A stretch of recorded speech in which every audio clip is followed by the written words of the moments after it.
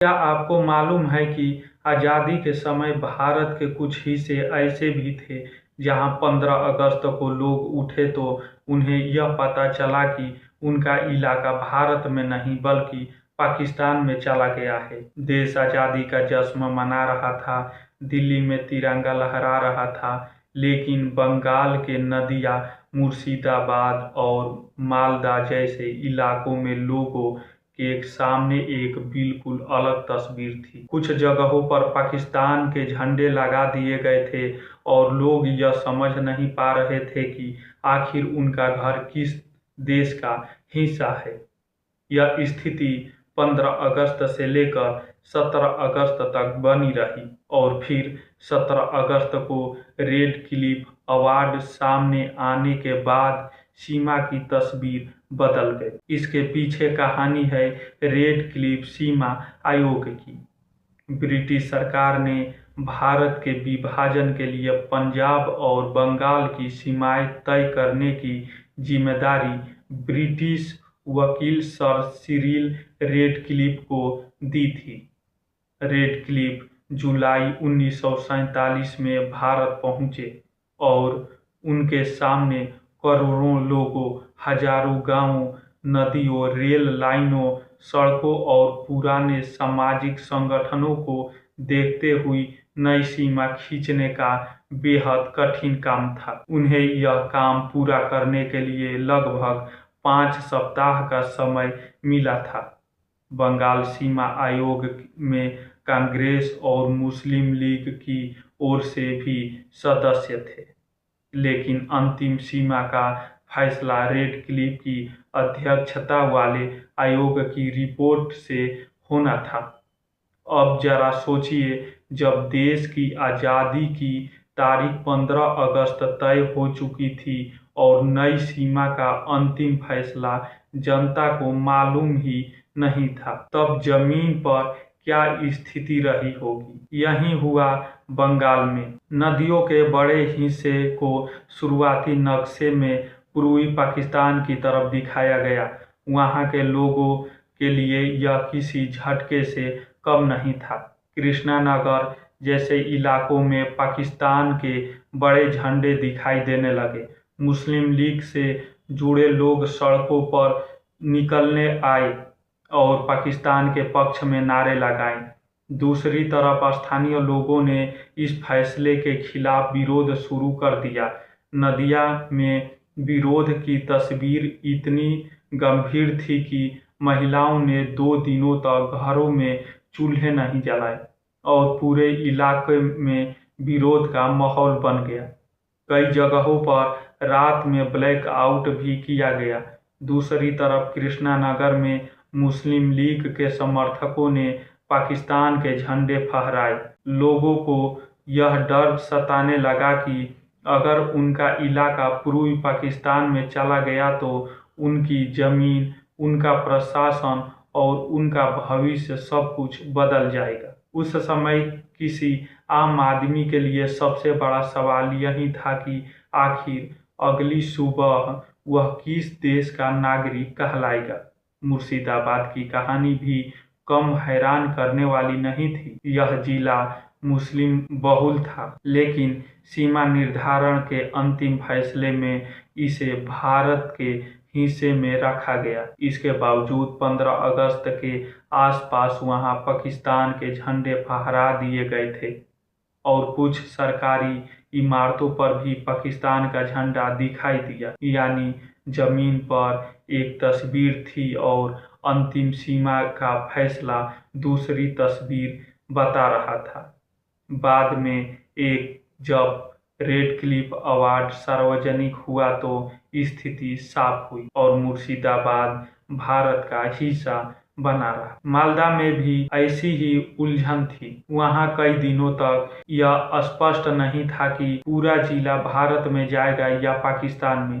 मुस्लिम league के स्थानीय नेताओं ने पाकिस्तान के समर्थन में जुलूस निकाले और कुछ जगहों पर पाकिस्तान के झंडे फहराए गए। बाद में जब 17 अगस्त को रेडक्लिफ अवार्ड सार्वजनिक हुआ तो मालदा का विभाजन सामने आया। जिले के कुछ हिस्से पूर्वी पाकिस्तान में गए, जबकि मालदा शहर समेत बड़ा हिस्सा भारत में रहा। यानी यहाँ भी एक ही जिले के लोगों का भविष्य नक्शे की एक सीमा रेखा ने अलग अलग देशों में बांट दिया। जब सवाल उठता है कि आखिर यह अंतिम फैसला 15 अगस्त से पहले लोगों को क्यों नहीं बताया गया। रेड क्लिफ अवार्ड आधिकारिक तौर पर 17 अगस्त 1947 को प्रकाशित हुआ। उस समय तक भारत और पाकिस्तान दोनों स्वतंत्र हो चुके थे। उपलब्ध ऐतिहासिक विवरण बताते हैं कि सीमा पुरस्कार के प्रशासन में देरी हुई और इसके पीछे सांप्रदायिक हिंसा तथा स्वतंत्रता समारोहों पर पड़ने वाले असर को लेकर चिंताएं भी थी।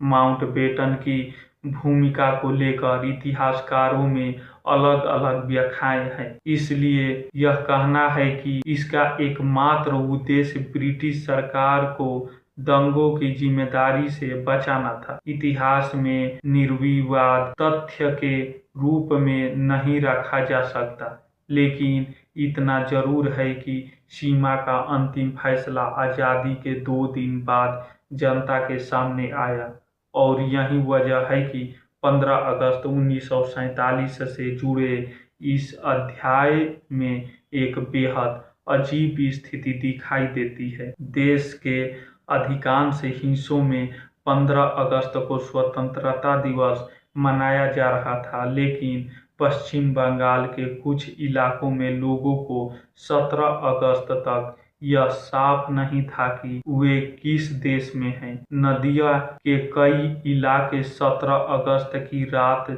भारत में शामिल किए गए और 18 अगस्त को वहां तिरंगा फहराया गया। आज भी नदिया के शिवनिवास समेत कुछ जगहों पर 18 अगस्त को स्वतंत्रता दिवस मनाने की परंपरा इसी इतिहास की याद में जारी है। नदिया की इस कहानी में एक और दिलचस्प बात है। बाद के वर्षों में स्थानीय लोगों ने 18 अगस्त को स्वतंत्रता दिवस के रूप में मनाने की अनुमति मांगी थी। 1991 में शिवनिवास के अंजन चुकुल ने तत्कालीन प्रधानमंत्री पीवी नरसिम्हा राव के सामने यह मामला रखा। उपलब्ध विवरणों के अनुसार इसके साथ 18 अगस्त को वहां स्वतंत्रता दिवस मनाने की अनुमति मिली और यह परंपरा आगे बढ़ी। यानी आज़ादी की तारीख वहीं 15 अगस्त रही, लेकिन जिन इलाकों में 17 अगस्त को भारत में शामिल होने का फैसला जाना, उनके लिए 18 अगस्त की सुबह का अपना अलग ऐतिहासिक महत्व बन गया। तो सोचिए, हम आज़ादी की कहानी को अक्सर सिर्फ 15 अगस्त 1947 की एक तारीख में सिमट देते हैं, लेकिन उस दिन के पीछे कितनी उलझन, कितनी अनिश्चितता और कितने लोगों का डर छिपा हुआ था। नदिया, मालदा और मुर्शिदाबाद की घटनाएं इसकी एक झलक देती है।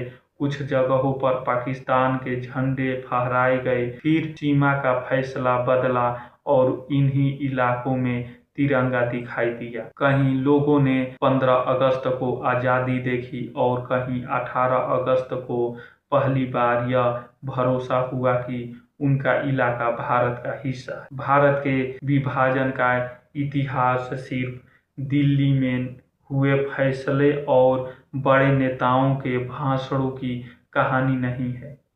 असली तस्वीर उन कस्बों और गांवों में भी दिखाई देती है जहां लोगों को रातों रात यह डर सताने लगा था कि उनका घर किस देश में चला जाएगा।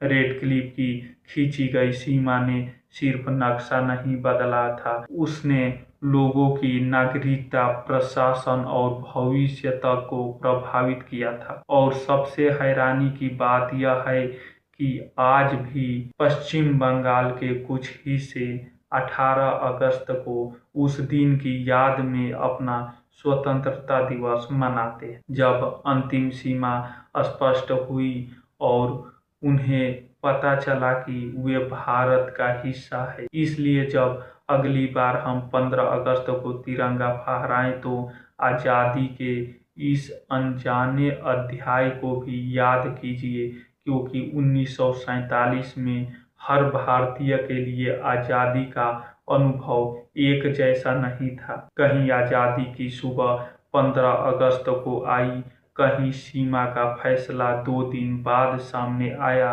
और कहीं 18 अगस्त को लोगों ने भारतीय तिरंगे के नीचे अपनी आज़ादी का जश्न मनाया। यही विभाजन की वह कहानी है जो बताती है कि देश का नक्शा सिर्फ कागज पर नहीं बदला था, बल्कि उस नक्शे की हर रेखा के पीछे लाखों लोगों की जिंदगी जुड़ी हुई थी।